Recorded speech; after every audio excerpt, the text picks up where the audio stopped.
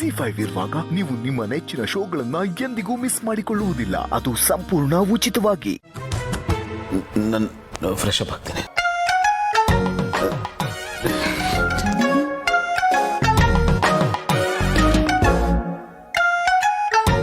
ನಾನು ಹೇಳಿದ ಸುಳ್ಳು ನಿಜ ಆಗಿ ಅವರೇನಾದರೂ ನನ್ನ ಹತ್ರ ಮುತ್ತು ಕೇಳೋ ಹಾಗಿದ್ದಿದ್ರೆ ಎಷ್ಟು ಚೆನ್ನಾಗಿರೋದು.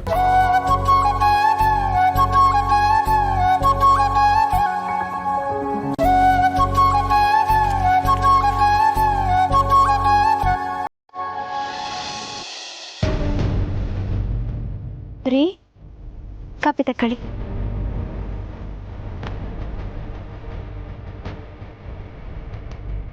ರೀ, ನಿಮ್ಗಿವಾಗ ನೋವೆಲ್ಲ ಹೆಂಗೈತೆ? ಕಡಿಮೆ ಆಗೈತಾ? ಹಾಂ, ಪರವಾಗಿಲ್ಲ. ಬಾ, ನನಗಿವಾಗ ಒಂಚೂರು ಸಮಾಧಾನ ಆಯಿತು. ರೀ, ನನಗೆ ಕ್ಷಮಿಸ್ಬಿಡ್ರಿ. ನಾನಿನ್ನೂ ಸ್ವಲ್ಪ ಬೇಗ ಬಂದಿದ್ದಿದ್ರೆ ನಿಮ್ಗೆ ಹಿಂಗೆಲ್ಲ ಆಗ್ತಾನೆ ಇರಲಿಲ್ಲ. ಇದನ್ನೆಲ್ಲ ತಡಿಬೋದಾಗಿತ್ತು. ಯಾಕೆ ಮಲ್ಲಿ, ನಿಂದಲ್ದಿರೋ ತಪ್ಪನ್ನ ಸುಮ್ಮನೆ ಯಾಕೆ ನಿಂತಲ್ಲ ಮೇಲೆ ಹೇಳ್ಕೊತಾ ಇದೆಯಾ? It's okay. ನಮ್ಮ ಬಿಸ್ನೆಸ್ ಫೀಲ್ಡಲ್ಲಿ ಇದೆಲ್ಲ ಕಾಮನ್.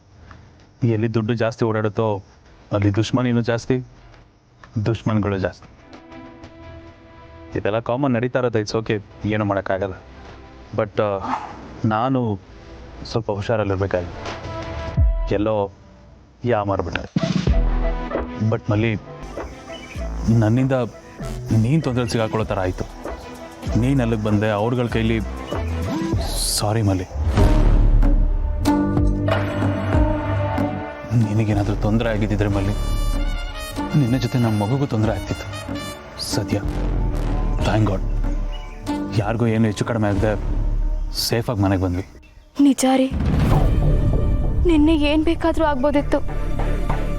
ಸತ್ಯ, ಆ ದೇವ್ರ ದಯೆಯಿಂದ ನಮಗೇನು ಆಗದೆ ನಾವು ವಾಪಸ್ ಬಂದ್ವಿ. ರೀ, ನೀವು ಯಾವುದಕ್ಕೂ ಹುಷಾರಾಗಿರ್ರಿ. ಆ ನೀಚರು ಮತ್ತೆ ಯಾರನ್ನಾದ್ರೂ ಬಿಟ್ಟು ಏನಾದರೂ ಮಾಡಿದ್ರೆ ಕಷ್ಟ. ನಂಗೇನಾದರೂ ಪರವಾಗಿಲ್ಲ, ಆದರೆ ನಿಮ್ಗೇನು ಆಗಬಾರ್ದು ರೀ. ನಿಮ್ಗೇನಾದರೂ ಆದರೆ ತಡ್ಕೊಳ್ಳೋ ಶಕ್ತಿ ನನಗಿಲ್ಲ. ನೀವು ಬೇಕು, ನೀವು ಯಾವಾಗಲೂ ನನ್ನ ಜೊತೆ ಇರಬೇಕು. ಈಗೇನು ಆಗಿಲ್ಲ ತಾನೆ, ಆದರೂ ಯಾಕೆ ಕಣ್ಣೀರಾಗ್ತಿದ್ಯಾ? ಹಾಂ, ಸಮಾಧಾನ ಮಾಡ್ಕೊ.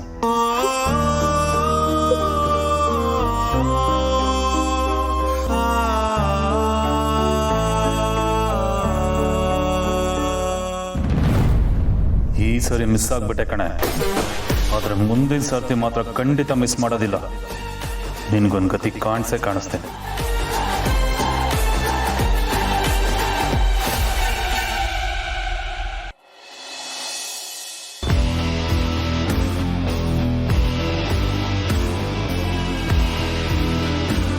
Hi Anna, how are you feeling now?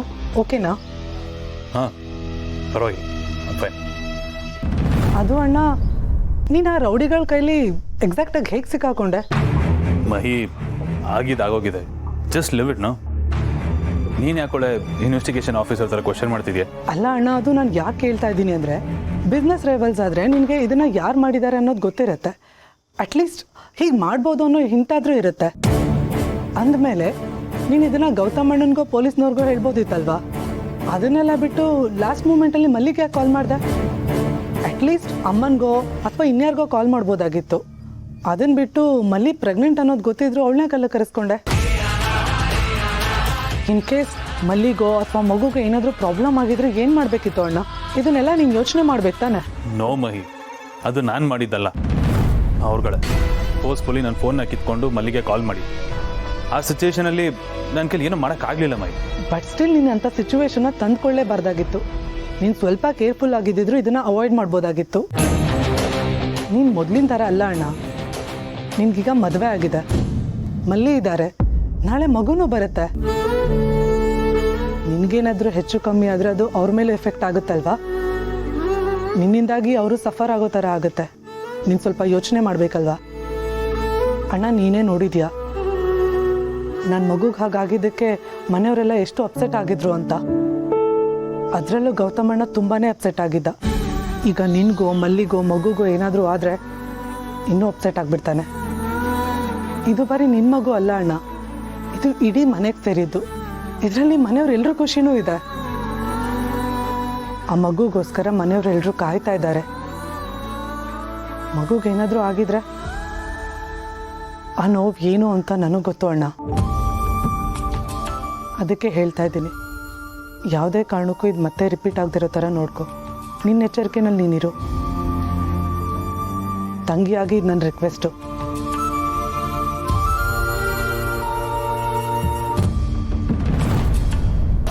ನನಗೆ ಬುದ್ಧಿ ಹೇಳೋದಕ್ಕೆ ಇವಳೊಬ್ಳು ಕಮ್ಮಿ ಇದ್ಲು. ನನ್ನ ಕರ್ಮಕ್ಕೆ ಇವಳಿಂದ ಬುದ್ಧಿ ಹೇಳಿಸ್ಕೊಳಗಾಯ್ತು. ಬ್ಯಾಡ್ ಟೈಮ್ ಅಂದರೆ ಇದೆ ಅನಿಸುತ್ತೆ. ಸಿಕ್ದವರೆಲ್ಲ ಉಪದೇಶ ಮಾಡ್ತಾರೆ.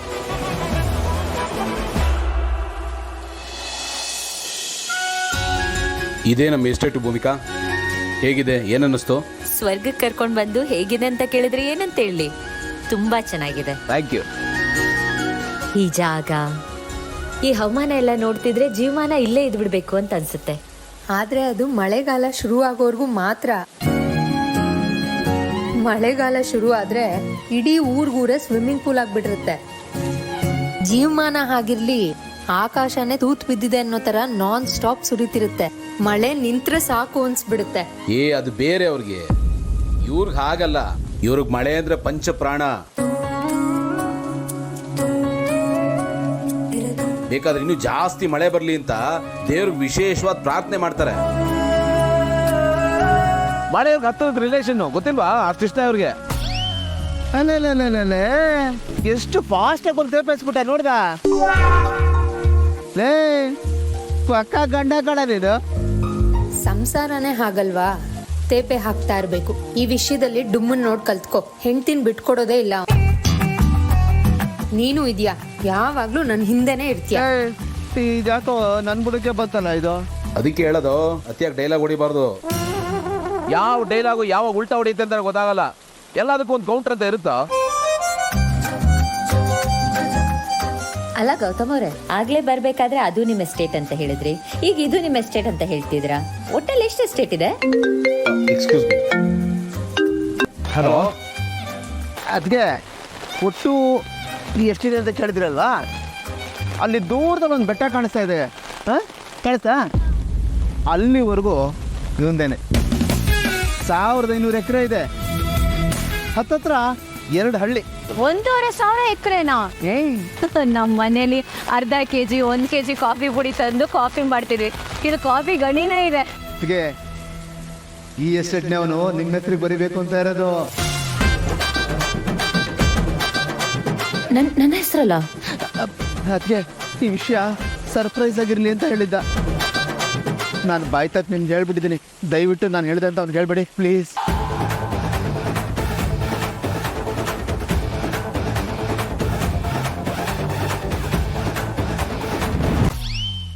ZEE5 ಆಪ್ ಡೌನ್ಲೋಡ್ ಮಾಡಿ ಎಲ್ಲಾ ಸಂಚಿಕೆಗಳನ್ನು ಸಂಪೂರ್ಣ ಉಚಿತವಾಗಿ ನೋಡಿ.